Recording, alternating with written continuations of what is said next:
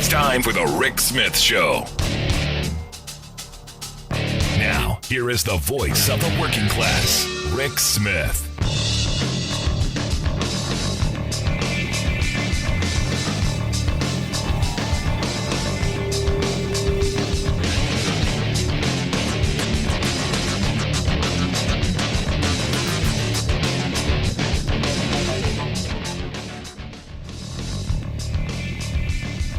And welcome, brothers, sisters, working class heroes.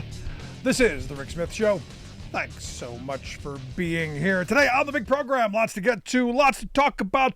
Right wing losing its mind today. Losing its mind.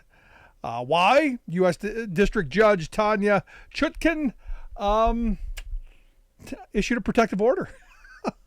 U.S. versus Trump. She decided that, we can't have you out there spewing a bunch of nonsense. We can't have you making inflammatory statements. We can't have you out there, soiling the jury pool.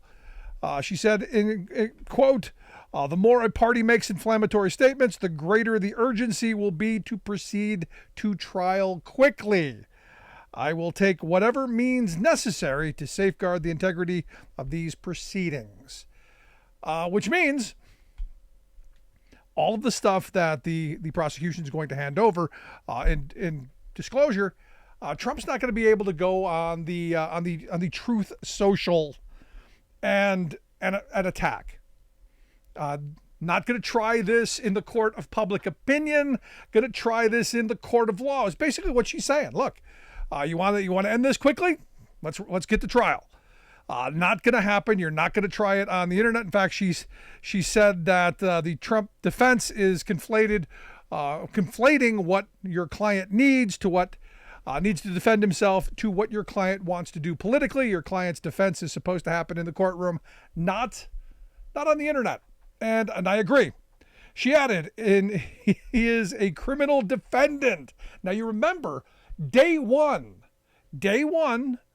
first indictment, the first thing I said was no longer treat him like Mr. President, no longer treat him special. He is a defendant.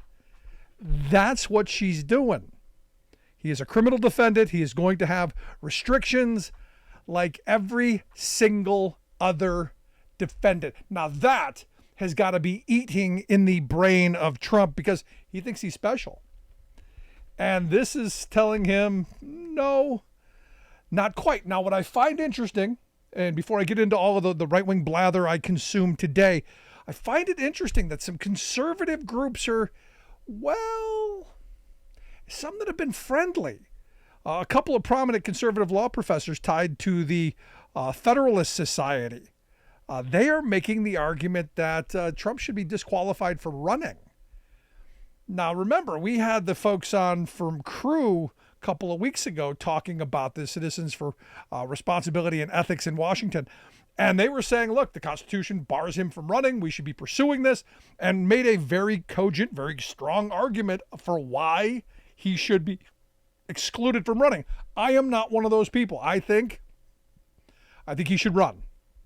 I think he should be allowed to run. I think we, the people, have to beat him at the polls, vote him down. And vote down this insanity. The only way we get to go forward is by the sane and the rational among us taking this country back somewhere near the sane line. I'm not saying all the way sane. We're probably not going to happen in my lifetime because I think we've allowed things to go too far off the deep end. There are a lot of people who are angry and bitter and broken who have bought into the outrage candy, gives them something to make them feel better about themselves. And I don't think that's going to change for a very long time. The grievance crowd, they're not going anywhere, but the sanity crowd gonna have to step up their game. Now, a couple of things that caught my attention today. A Republican staffer, a guy named Justin Higgins, he was quoted by Newsweek, and this isn't new, but this is another moment where you've got another Republican coming forward and going, look, in right-wing media spaces, his quote is, you can basically make up your own reality in right-wing media. And that's what I consumed today. Spent a lot of time with my ears on the right-wing mouthpieces, Lots of free speech. This is all about free speech. They're trying to silence poor Donald. He was just speaking his. There's a difference between free speech and then taking that free speech and acting on it.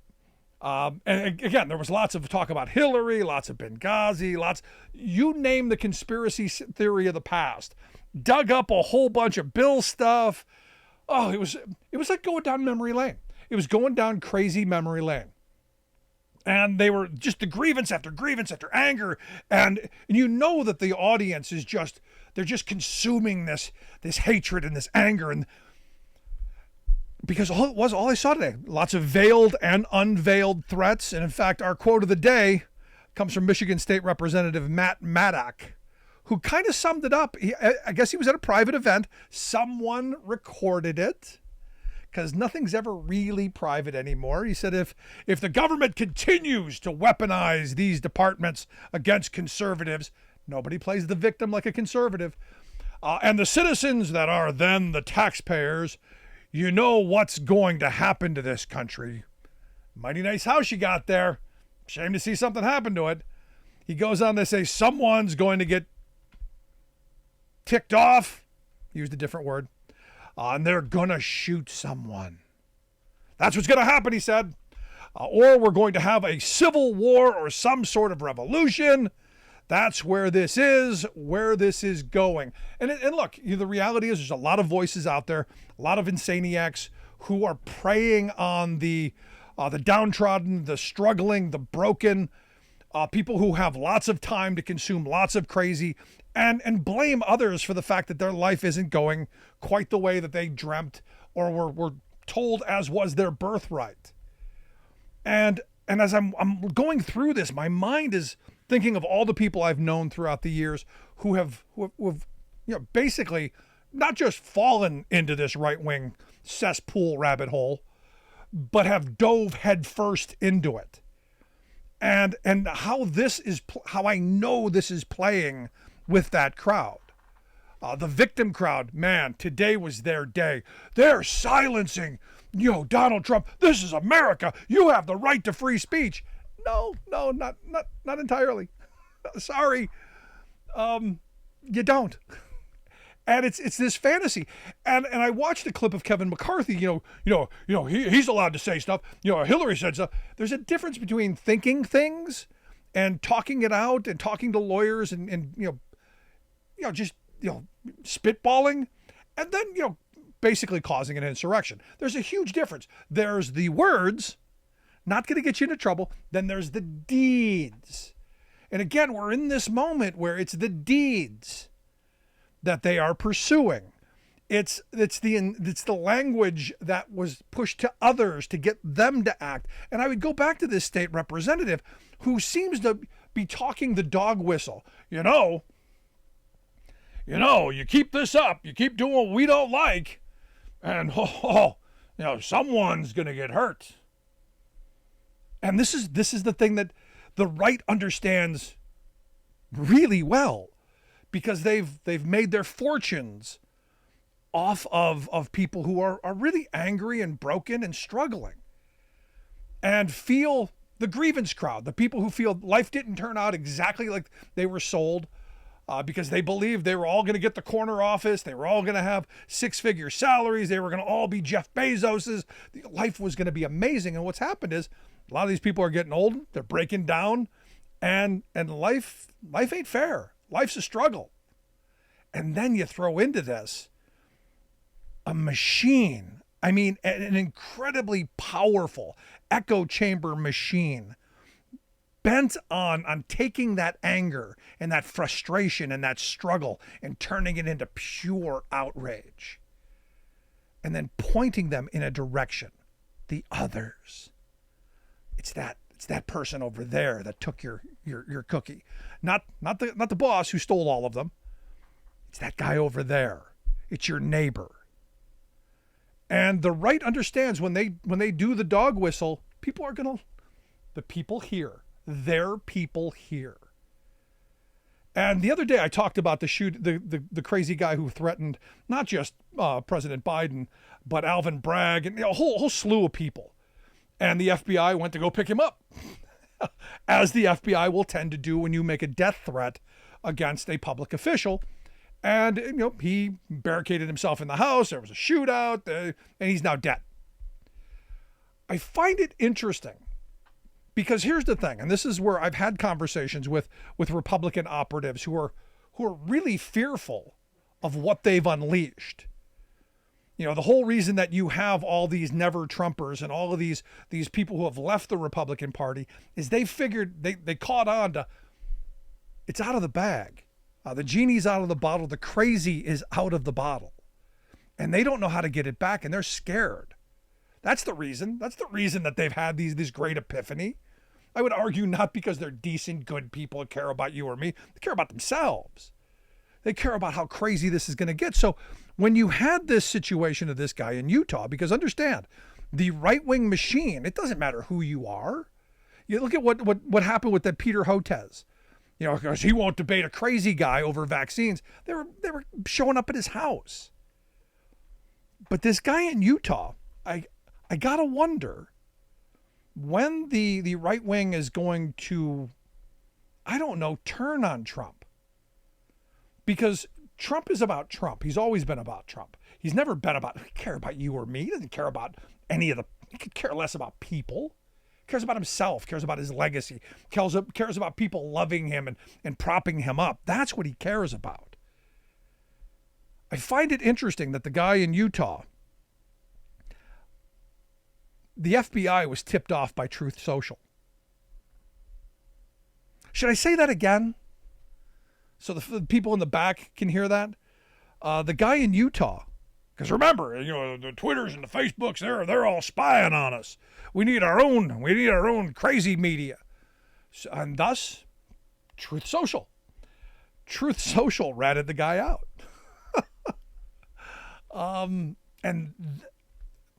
Again, understand, the people behind the curtain, they know what the game is. They know that it's about dividing you and me and neighbors and communities against each other so that the people behind the curtain can continue to rob us blind, can continue to get what they want. And this is another one of those moments where they're protecting themselves, not you, not me, not anybody, themselves and their status. And the sooner we wake up to this, and I've been having this conversation a lot with people on the idea that we got to put down the red hats and the blue hats and hard hat. Get to work. We reunite this country when we reunite the working class. We reunite this country and move forward when work matters and work pays. When we can support a family, when we can start looking towards retirement, when good things can happen. What the right takes massive advantages of is people struggling. Is people's frustrations that they've had stagnant wages for 40 years. They're losing their homes. They're losing their savings. They're going broke. And the right is there to go, here's who you blame. They're masters at it. And I keep saying, whoever policy-wise comes forward and pushes to make things better for these folks will get their attention. Which is why, again, I think what Biden's doing is so very important. But I want to hear your thoughts. Did you consume the crazy today? Anybody yell at you about free speech and they're silencing poor, pitiful Donald? I want to hear your thoughts. Email me, rick@thericksmithshow.com. Quick break. Right back after this. Stick around. From the steel mills of Pennsylvania to the auto factories of Michigan to the modern makers movement, manufacturing makes our nation great. I'm Scott Paul, President of the Alliance for American Manufacturing.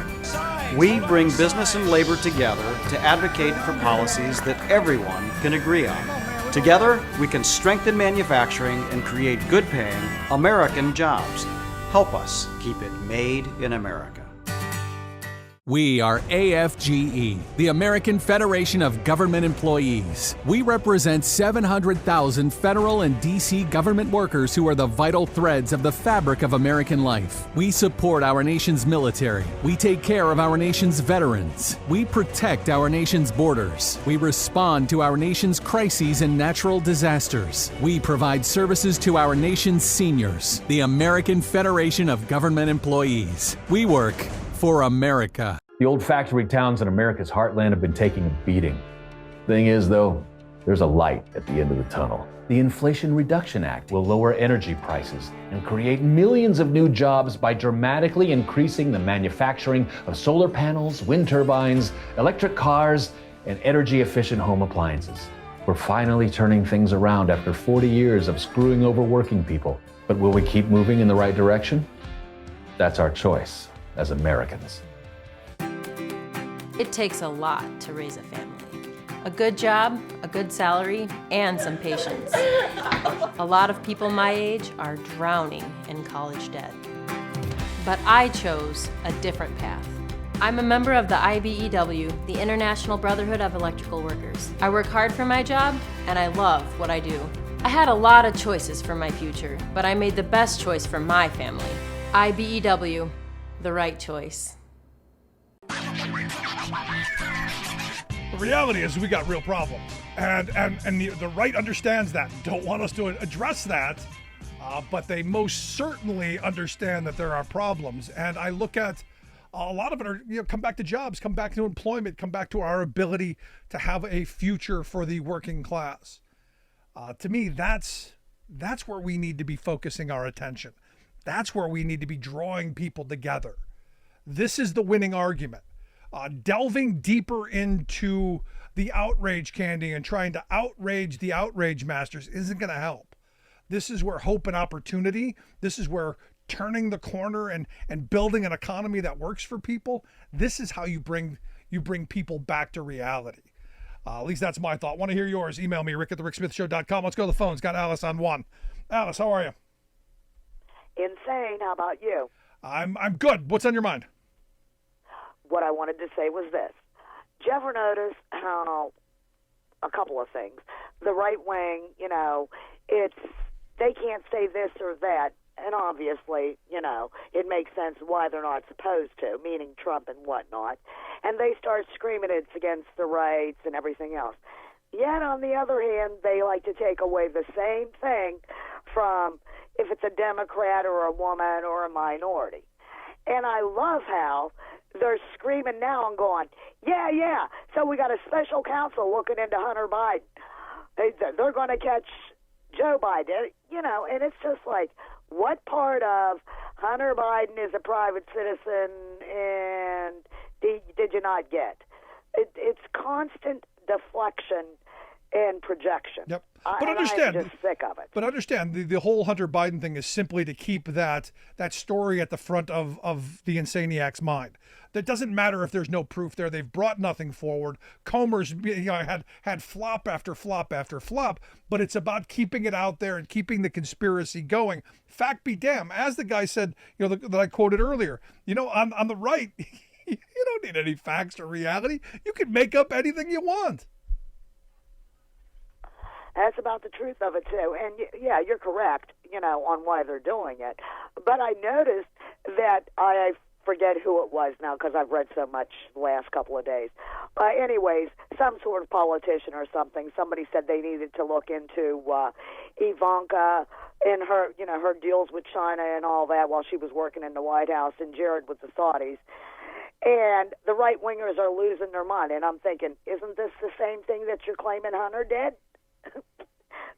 But there you are. Have a good evening. Yeah, what's good for the goose, good for the gander. Look, I'm not even 100% opposed to, looking into Hunter Biden. I'm not. If he broke the law, he broke the law, like anybody else.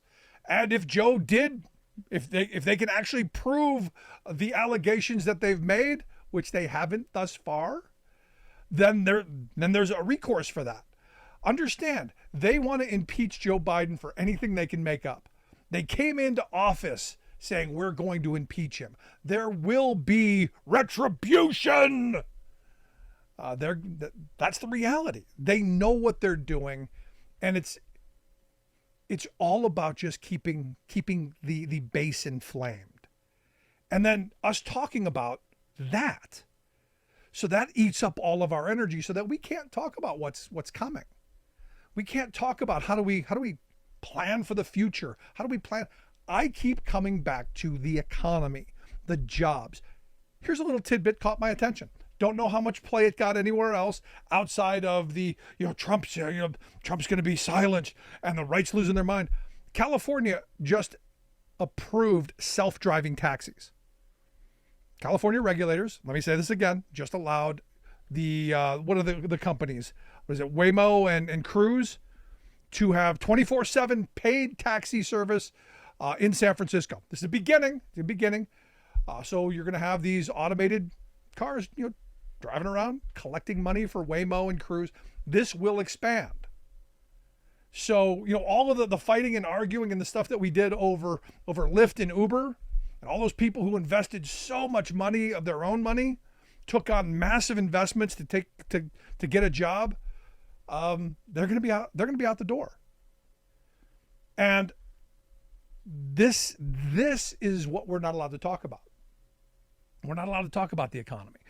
The fact that I don't know if you saw the story coming out of China. You've got the head of the biggest private car manufacturer in China, BYD, Build Your Own Dreams. Their chairman just came out and said, no, it's what it stands for. BYD stands for Build Your Own Dreams. I was just mocking it because it's a good PR thing, and because it's a very American thing. Build your own dreams. How wonderful. But he came out and said the time has come for Chinese brands to step forward, get rid of these legacy, these old legends. And that means Ford, GM. That means the Chrysler folks. That means all of those jobs. That means American jobs. And the reality is, I think Biden knows this is coming and is trying. And this is another one of these moments where this should be something that unifies us. This should be something that as working people, we go, yeah, we should probably have an auto industry. We should probably have a manufacturing base.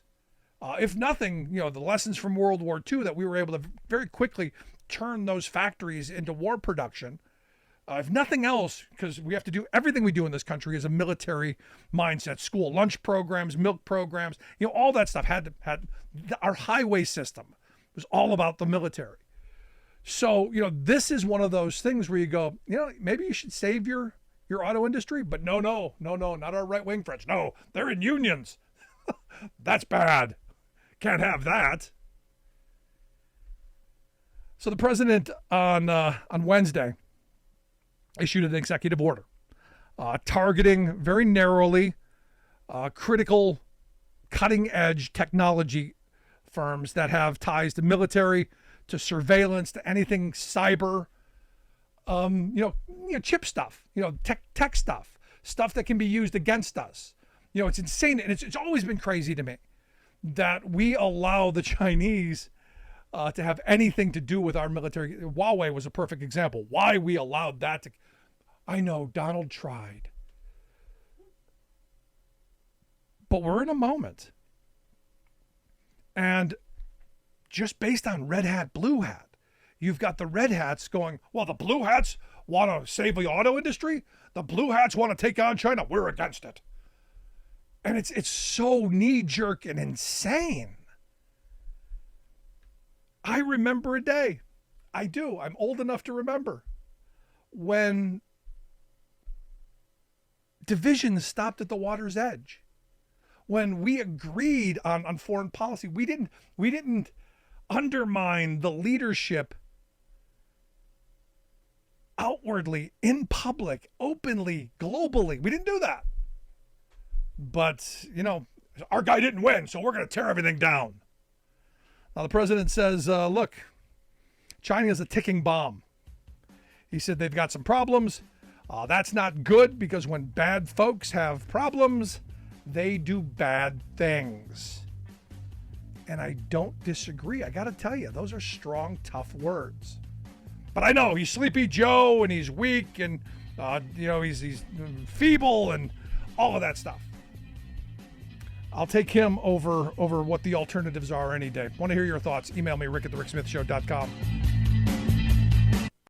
I've been driving buses for 5 years, and my day-to-day routine is I wake up a little earlier than most people. I get on a bus, I go out, I pick up some students and make sure they get to school nice and safe. Here in Fairbanks, Alaska, that can be a challenge because of the winter weather and the icy roads.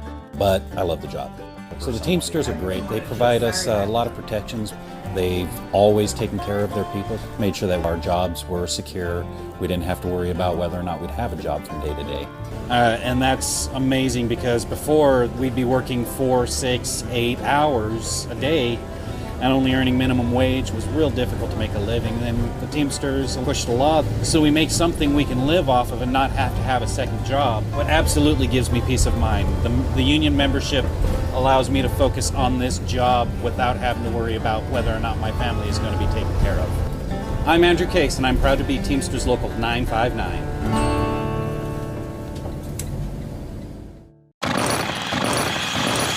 Indigenous people have been saying that we feel a shift in the climate for decades. Climate change is here. The time is now to pass the torch on to the next generation of clean energy warriors. We need to put the land back to work for our people. That means creating jobs for them to live and thrive in our communities. The time is now. Congress must invest in clean energy.